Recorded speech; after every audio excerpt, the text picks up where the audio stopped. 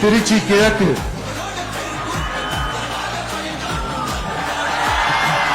C. Joseph Vijay. Trichy மக்களை நீங்க ஏன் தளபதிக்கு ஓட் போடணும்னு சொல்றேன், கேட்டு போங்க. திருச்சியை ஒரு முன்னேற்ற பாதைக்கு கொண்டு போகணும்னா அது தளபதியால மட்டும்தான் முடியும். ஏன்னு கேக்குறீங்களா? தீய சக்தியை சேர்ந்த அன்பில் மகேஷ் பொய்யாமொழி, KN நேரு, இனிகோ வரதராஜ் இத்தனை பேர் இங்கே திருச்சியில் இருந்தும் திருச்சிக்கு என்ன செஞ்சாங்க? ஒன்றுமே கிடையாது.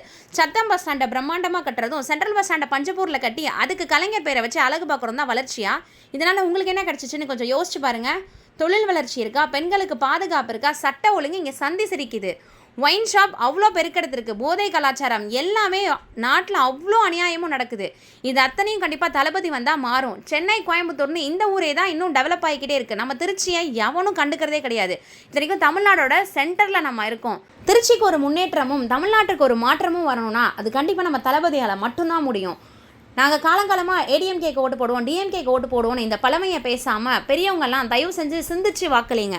உங்களோட பொன்னான வாக்குகளை விசில் சின்னத்தில் அழிச்சு தளபதியை மாபெரும் வெற்றி பெற செய்யுங்க. நன்றி.